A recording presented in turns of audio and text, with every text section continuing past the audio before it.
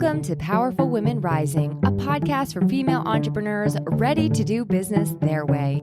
Grab your coffee and join host Melissa Snow, business relationship strategist and founder of the Powerful Women Rising community, as she interviews industry experts and shares insights on strategy, marketing, mindset, and more. Here, you'll find the tools, strategies, and inspiration you need to feel empowered, take bold action in your business, and keep rising.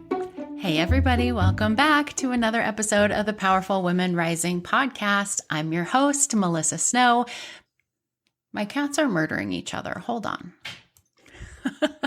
Okay, that was a little outtake blooper for you. I thought I should put it in for the 101st episode of the Powerful Women Rising podcast. I can't tell you how many others there are. Maybe someday I will make a compilation and it will be super fun, but I just wanted to leave that one in there for you, just for a good time.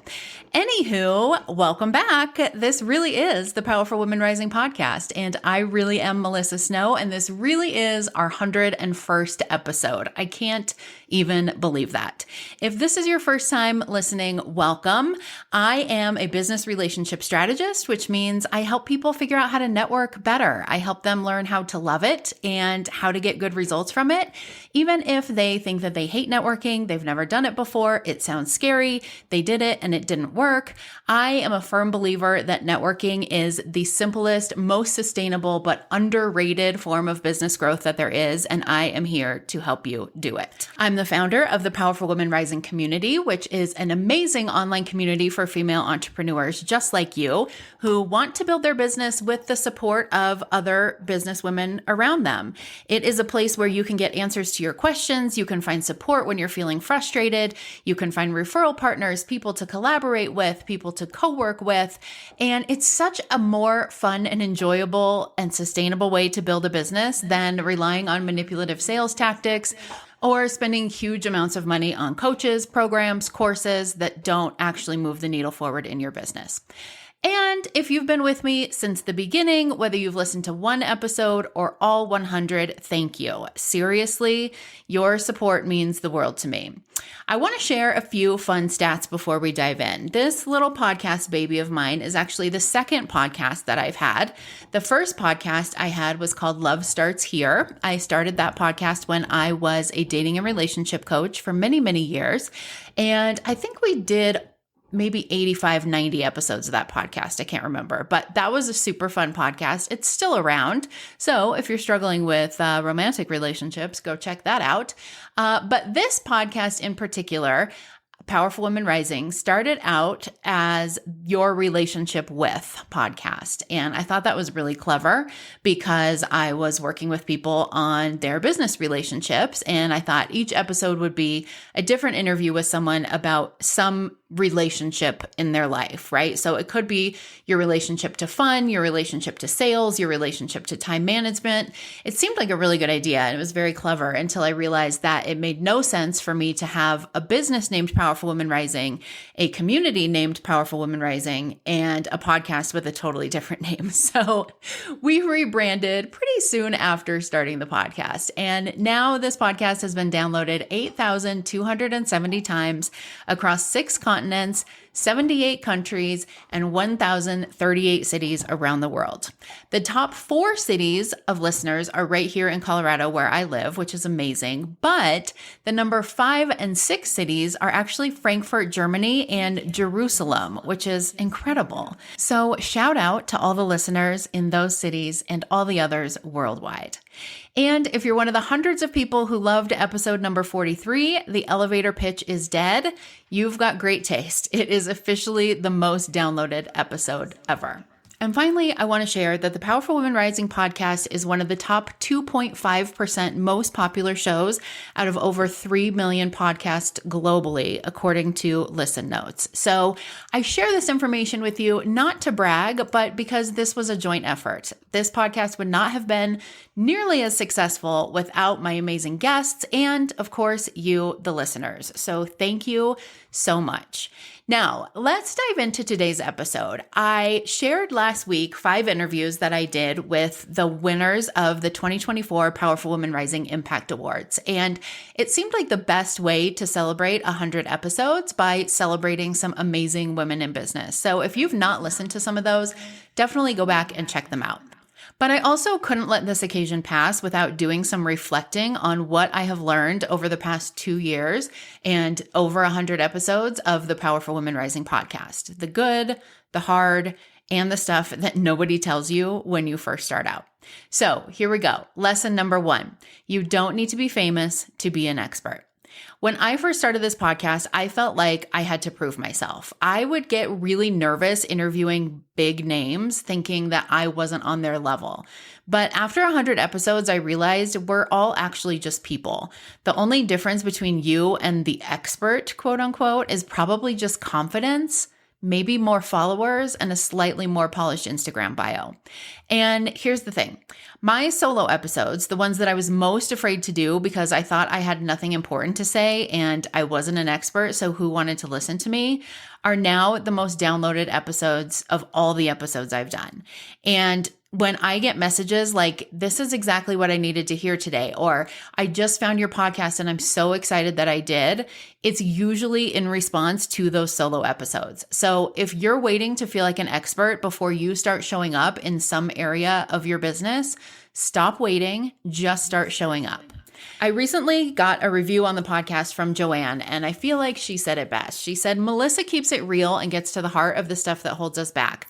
Her episodes are packed with insights that actually make a difference. When I heard that, I realized I don't have to know all of the things. I just have to know a few more things than the people who are listening, and that is going to make all the difference. Lesson number 2, stop overthinking everything. Now, I know this is easier said than done. But as I mentioned before, there was a point when I resisted solo episodes because I couldn't imagine talking for 30 minutes by myself. I had hired a podcast coach and she had said, why are you only doing interviews? You are essentially spending all of this time and money producing commercials for other people. Meanwhile, you're not positioning yourself as the expert. And I thought, oh my God, but I'm not the expert, right? So we already covered that in lesson number 1. But I also thought, how am I going to come up with 30 minutes worth of stuff to talk about? And then she said, who said they had to be 30 minutes long? And my brain exploded. Like, oh, duh, no one. I don't know where I came up with that. And we do this kind of stuff all the time with podcasting, social media, emails, speaking, whatever it is, we overcomplicate things that don't need to be that complicated. I see it with women in the Powerful Women Rising community constantly, feeling like everything has to be perfect before they share it, or having some idea in their head of how it's supposed to look or what they're supposed to have in place before they can move forward. But perfection isn't required for impact. All you have to do is show up. And whatever it is you're telling yourself you need to have before you can take that next step, it's probably not actually true. All right, lesson number 3, ask better questions. It will make you better at everything. Podcasting has made me a better conversationalist, hands down. And one of the biggest things that I've learned is that when you are having a conversation with someone, you need to start in their comfort zone. I used to listen to podcasts and they would start with that first question of like, who are you? Tell us about you. How did you get here? How did you start your business? And when I would listen to those episodes, I would think, why do they ask that question? That's probably the thing we're like the least interested in, right? Like if you've invited someone to be a guest on your podcast and I love your podcast, I'm assuming that you have already decided this person knows enough that I should listen to them, right? So I don't really need them to establish themselves as an expert. I'm going to take your word for it. What I want to know is, what do they know that I don't know? What actionable steps do they have? What can they give me that I haven't thought about already, right? Let's skip all this bullshit in the beginning. But what I realized is that when people feel comfortable, they are more willing to open up. And so if you start with a question like that they're super comfortable answering, their answer is very familiar to them. It helps give them some time to get comfortable with you and then move into the meat of the conversation where the good stuff happens. And I've started applying that when I'm networking too and having conversations with new people, is that if I can start them with a little bit of that small talk, a little bit of that, like, this is a really easy question to answer, then it's much easier for us to move into the deeper stuff about why they started their business, what they're passionate about, what their values are, what they're hoping to achieve in the next year, right? Good questions build connection in podcasting, in networking, in life. When you can get people to open up, that is how you start to build trust. You make people feel seen. And that is the real secret to networking in a way that doesn't feel sleazy. Lesson number 4, your metrics don't equal your mission. Listen, it is easy to obsess over downloads and followers and views and comments and all the things. But if I only focused on numbers, I would have quit this podcast a long time ago. And believe me, there were times that I wanted to. My business besties can attest to the number of conversations that we had where I was like, okay, I think I'm done with this podcast, like legit ready to throw in the towel because I only got 150 downloads on an episode. But I had to remember that that was not why I started this podcast. I started this podcast to give women the kind of business advice that I wish I'd had before dropping 10K on a coach that didn't do me any good. I wanted to start this podcast because I wanted to create a space for women to grow their business their way, not to have to follow the cookie cutter advice and try to become someone that they're not comfortable being, because that's how business works. And I recently got a testimonial or a review that said, Melissa's a fantastic host. It feels like she's truly growing a community of powerful women via her podcast, and I am here for it. And I just want to say, Live March, same girl, same. I love this podcast because it feels like a community. Because even if I don't know who's listening in Frankfurt, Germany, I still know that she's showing up every Monday and we're having a conversation. I know that all the times that I say, hey, how's your week going? And I can't actually hear the response, I know that there is a response. And I keep doing this podcast for that reason. And I know that 150 downloads means 150 women have decided that what I have to say or what my guests are sharing is important enough for them to tune in. And that is huge. Lesson number 5, collaboration sounds sexy, but it takes work and it doesn't always work. What I've learned is that not every podcast guest turns into a great collaborator. I have had some people on this podcast who have huge followings, huge audiences, and I was so excited when they agreed to come on the podcast. And then I promoted the shit out of their episode, and they never even once mentioned that they were on my podcast. I have also had to pull podcast episodes because I realized later that the people I interviewed didn't have values that aligned with mine. And part of that is on me for not doing my homework, right? I remember a long time ago, when I first met Connie Kircher, who's been a guest on this podcast, I heard her speak and she was talking about how to make collaboration successful. And she said something about how anytime someone wants to collaborate with her, she always tells them, that sounds great. Let's circle back on this in 6 to 12 months. And at the time I thought, that is insane. Who's going to wait 6 to 12 months? But what I realize is you have to give yourself time to really get to know that person, to see how they work, how they promote themselves, how they make sales, what they're all about. Do they say that they value certain things, but then the way they show up on social media shows that they don't value those things? Maybe it's somebody that you work with first before you start promoting them to other people and you realize this is actually not the great situation I thought it was going to be. So collaboration requires you to do your homework to make sure that the person you're collaborating with really is the kind of person you want to be collaborating with. And I also learned that collaboration has to be mutual. Lots of people want you to promote them, but they don't want to promote you. Sometimes it's because they see you as competition. I've had people on this podcast who do similar things to what I do. And I think that they don't promote the episode that they've been on because they are afraid that their people are going to become my people. Or they have their own podcast and they're afraid that they will lose their listeners to me. And what I've realized is that people like that just aren't my people. Real collaborators know that community over competition isn't just a cute phrase on a coffee mug. It's really something that you embody by living in abundance, by recognizing that there is enough out there for all of us. And that if somebody wants to listen to your podcast and mine, super. If someone is listening to my podcast and then they discover yours and they're like, you know what? I only have 30 minutes a week for podcasts. I'm going to go with this one. Great. I want them listening to your podcast because it is what is going to help them the most. And when we focus on that, and when I find other people who are focused on that, that's when I know those are the people that I truly want to collaborate with. Lesson number 6 kind of goes along with this one. And lesson number 6 is not every opportunity is a good opportunity. We fall into this trap a lot as business owners, whether it is looking for podcast guests, we're looking for someone to do an email swap with, maybe we want to do an online summit, and so we're looking for participants. And we fall into the trap of thinking that someone's audience size is equal to the value they're going to bring to our thing. I see this a lot when I'm applying to be a guest on other people's podcasts. It's very common for one of the application questions to ask about how big is your audience on Instagram? How big is your email list? How many people do you have following you on this? Because we think that that is going to give us the better opportunity. But the reality is I have had big name guests with huge followings who brought very little value to the podcast. And I have had much lesser known guests who brought absolute gold. And I'm not just talking about audience size and their willingness to promote their episodes, but I'm also talking about how much value they gave in their interview. I have had people who show up ready to just share everything that they know, and everything that they know is going to be the most helpful to the listeners.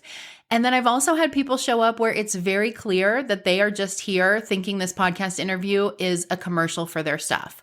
They're really just roundabout pitching their products with every question that they answer.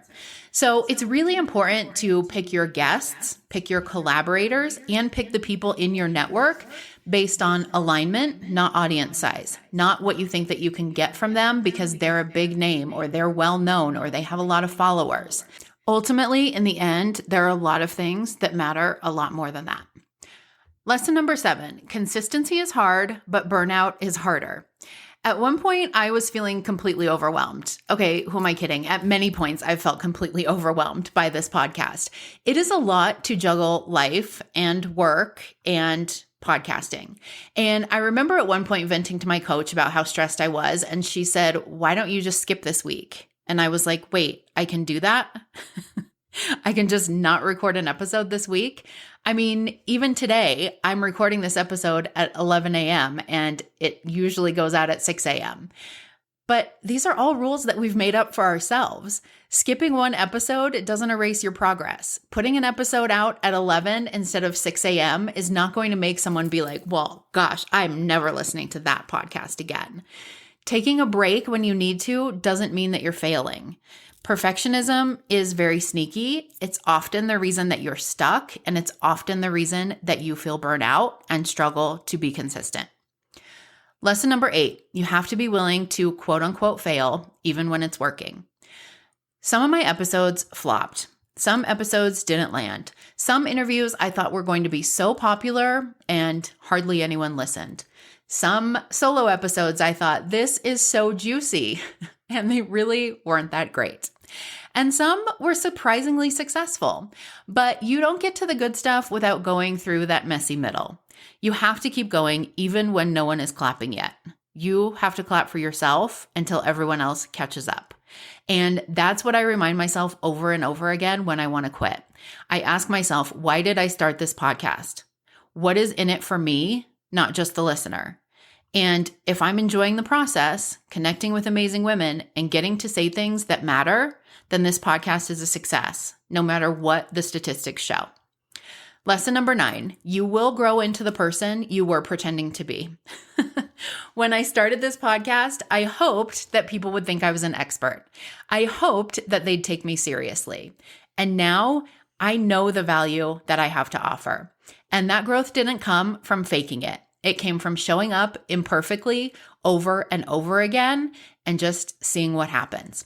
So if you're sitting on something, a podcast idea, a blog, a course, maybe it's your new business that you haven't even started yet, don't wait to be ready. Just start.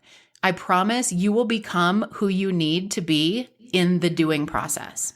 And finally, lesson number 10, people are listening, people are watching, people are paying attention, people are noticing you, even when you don't think they are.